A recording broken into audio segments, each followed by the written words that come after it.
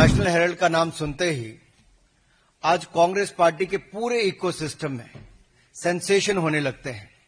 Sensation जैसे कि छटपटाहट, कपकपाहट, धड़धड़ाहट, फड़फड़ाहट, डगमगाहट, लड़खड़ाहट। ऐसे सेंसेशन होने लाजमी भी हैं क्योंकि पकड़े जो गए हैं चोरी करते हुए फिर से, जिनके बहुत सारे अलग अलग जिलों के संस्करण निकलते हैं, उनको चवन्नी मिलती है और नेशनल हेराल्ड को चांदी के सिक्के मिलते हैं। जहां तक राहुल गांधी जी अपना खटाखट मॉडल की बात करते थे ना, अब ये कांग्रेस शासित राज्यों में खटारा, बीमार और लाचार मॉडल हो गया है।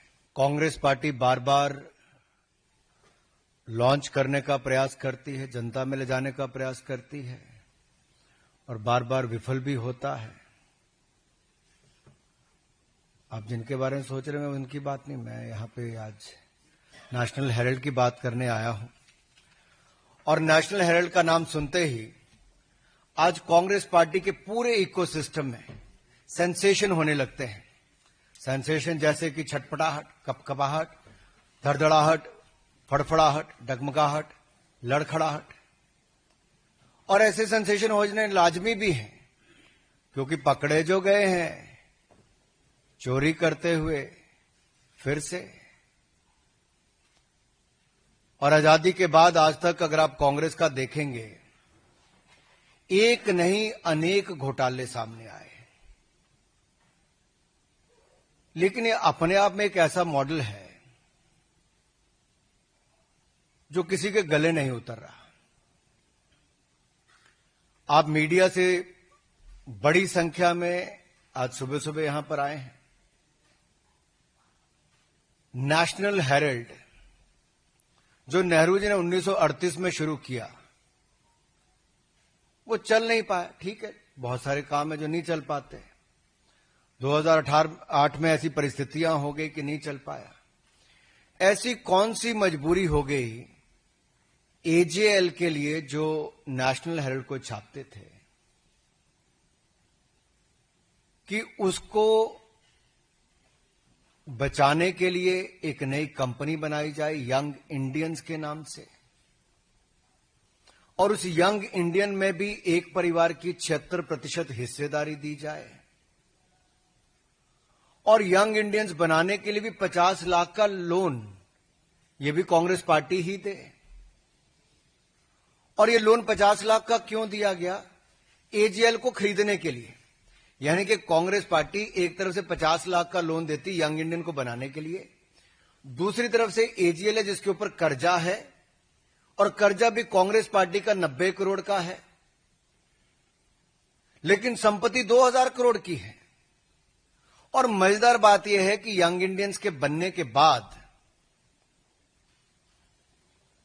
मात्र 50 लाख रुपया देकर 2000 करोड़ रुपए की संपत्ति यंग इंडियंस के नाम पे हो जाती है, मात्र 50 लाख रुपया देकर। और जो बकाया 89.50 करोड़, 99 करोड़ 50 लाख रुपया जो बाकी था, वो कांग्रेस पार्टी माफ कर देती है। अब सवाल खड़ा यह होता है, क्या कांग्रेस पार्टी लोन दे सकती है? क्या कोई पॉलिटिकल पार्टी लोन दे सकती है? सबसे पहला सवाल तो यही है। और लोन दिया तो क्या उस पर ब्याज भी लिया जाता था कि नहीं लिया जाता था? अब नेशनल हेराल्ड है क्या? It's not a daily newspaper, ये दैनिक अखबार नहीं है। It's a non regular paper. ऐसे एक तो वीकली पेपर है और वो भी छपता है। क्या छपता है? यहां पर इतने सारे पत्रकार, आप में से कोई नेशनल हेराल्ड से है क्या? कोई नेशनल हेराल्ड पढ़ता है क्या? अखबार वैसे तो कागज पे छपता है, लेकिन कुछ कागजी अखबार होते हैं जो छपते भी नहीं, बिकते भी नहीं, बंटते भी नहीं, दिखते भी नहीं और पढ़े भी नहीं जाते। ये उनमें से एक है। और जो कांग्रेस के राज्यों के मुख्यमंत्री इसके लिए चंदा देते हैं, चंदा मीन्स विज्ञापन देते हैं, चंदा नहीं विज्ञापन, वो विज्ञापन किस आधार पर देते हैं? दैनिक अखबार जिनके बहुत सारे अलग अलग जिलों के संस्करण निकलते हैं, उनको चवन्नी मिलती है और नेशनल हेराल्ड को चांदी के सिक्के मिलते हैं।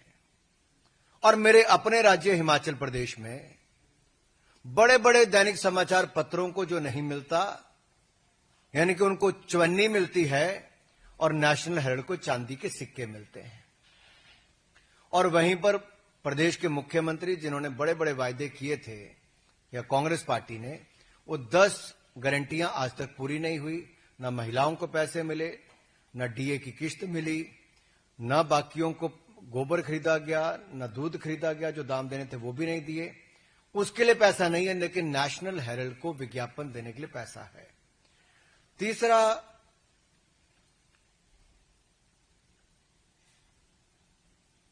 ये जो आंकड़े सामने आए, इसके बाद कांग्रेस पार्टी ने कहा नहीं नहीं, कुछ तो खरीद फरोख्त हुई नहीं। ईडी की चार्जशीट में बहुत साफ है, अपराध का प्रकार, अपराध की तिथि, अपराध का समय, अपराध की जगह, लेन देन का अपराध और अपराध के बारे में सारी जानकारियां ईडी ने फैक्ट्स एंड फिगर्स के साथ अपनी चार्जशीट में रखी है। और ये कांग्रेस का क्राइम है। This is a Congress model of corruption, where a weekly newspaper is getting much more amount than the daily newspapers, and a paper which is not even published at times.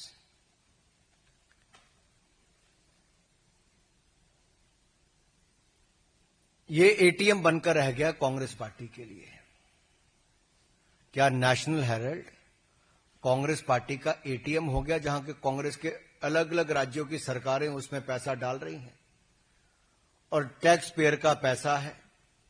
राज्य की सरकारें किस आधार पर विज्ञापन उनको दे रहे हैं? एक तो वो भी सवाल आता है।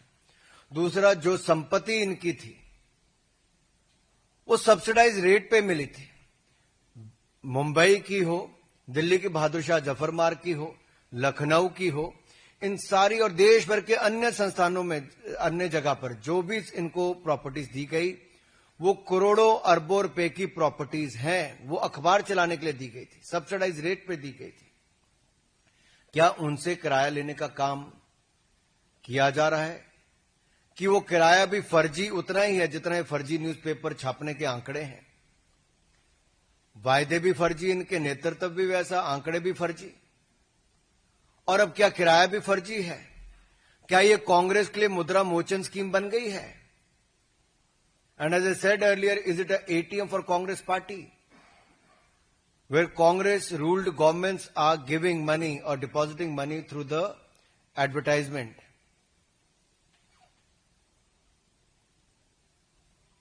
और जहां तक राहुल गांधी जी अपना खटाखट मॉडल की बात करते थे ना, अब ये कांग्रेस शासित राज्यों में खटारा, बीमार और लाचार मॉडल हो गया है। वहां वायदे तो पूरे नहीं किए जा रहे, लेकिन वो सरकारें नेशनल हेराल्ड को चलाने के लिए कैसे विज्ञापन दिया जाए, उनसे पैसे दे रही हैं। जनता के सामने फिगर्स आनी चाहिए, कौन कौन कांग्रेस शासित राज्यों से विज्ञापन इस अखबार के लिए दिया गया, कब कब दिया गया, कितना पैसा दिया गया। दूसरा, 50 लाख रुपए में 2000 करोड़ रुपए की संपत्ति का एक कांग्रेस मॉडल ऑफ करप्शन ये देश के सामने आया है। तीसरा, अगर ये अखबार छपता ही नहीं, दिखता नहीं, बिकता नहीं, तो इसके लिए इतना विज्ञापन क्यों दिया जाता है? और वीकली न्यूज़पेपर के लिए चांदी के सिक्के और दैनिक न्यूज़पेपर जो इससे कई गुना ज्यादा बिकता है, दिखता है, उसको चवन्नी देने का काम क्यों किया जा रहा है? क्या कोई राजनीतिक दल ऐसे लोन दे सकता है, चाहे वो सेक्शन 8 कंपनी हो या सेक्शन 25 कंपनी हो? सवाल एक और इसके सामने खड़ा होता है। आजादी से पहले का न्यूज़पेपर है, 1000 से ज्यादा इसके शेयर धारक थे। अगर कांग्रेस पार्टी ने लोन ही माफ करना था तो एजीएल का क्यों नहीं माफ किया? यंग इंडियंस बनाकर एक परिवार की 76% हिस्सेदारी हो जाती है। कांग्रेस के 2 पूर्व राष्ट्रीय अध्यक्ष 38% इसके शेयर धारक बनते हैं। यानी कि यंग इंडियंस के टोटल कंट्रोल 76% हिस्सेदारी जब एक परिवार के पास, दो लोगों के पास आ जाती है तो कांग्रेस पार्टी इसका लोन माफ कर देती है। अगर ये 1000 लोगों के पास एजीएल रहती तो शायद उतने लोगों का ऋण माफ होता, लेकिन अब तो 2 ही लोग रह गए, जो बाकी 2 थे वो तो स्वर्गवास हो गया, जिनके पास 12% हिस्सेदारी थी। ऑस्कर फर्नांडिस जी और मोतीलाल वोरा जी आज हमारे बीच में नहीं है, लेकिन 12% उनकी हिस्सेदारी थी। तो कुल मिला के आपके सामने साफ है, 50 लाख रुपया वो भी जो कांग्रेस पार्टी ने दिया, लेकिन शेयर धारक बने कांग्रेस के 2 पूर्व राष्ट्रीय अध्यक्ष, और उन दोनों ने 1 रुपया लगाए बगैर 2000 करोड़ रुपए की संपत्ति उनके नाम पे हो गई। This is Congress model of corruption. और देश के सामने जो आज 4-5 सवाल हमने कांग्रेस पार्टी से पूछे और वो कई दिनों से उत्तर देके राजी नहीं, इसमें स्पष्ट होता है। बार बार ये लोग कहते हैं कि हमारे लिए कुछ नहीं कहते, कुछ नहीं, लेकिन मैं आपके सामने 2014 में जब इनके खिलाफ ट्रायल कोर्ट ने समन किया, आप याद करिए 2014 ट्रायल कोर्ट ने समन किया, उसके बाद ये हाई कोर्ट गए, सुप्रीम कोर्ट गए, लेकिन हाई कोर्ट और सुप्रीम कोर्ट ने बिल्कुल सही बताया, यानी कि इनको समन उसके बाद हुए। आज भी कांग्रेस के दोनों बड़े नेता बेल पर हैं भ्रष्टाचार के मामले पे, और 2016, 2018, 2024 ये पूरे आप कोर्ट के अगर निर्णय उठाकर देखेंगे तो इनके खिलाफ ही हैं। ईडी की कार्रवाई अब तक बिल्कुल सही मानी गई है, और संपत्ति जो अटैच करने की बात आती है, जो घोटाला सामने आया, एक कांग्रेस का एक और मॉडल ऑफ करप्शन आज देश के सामने आया है।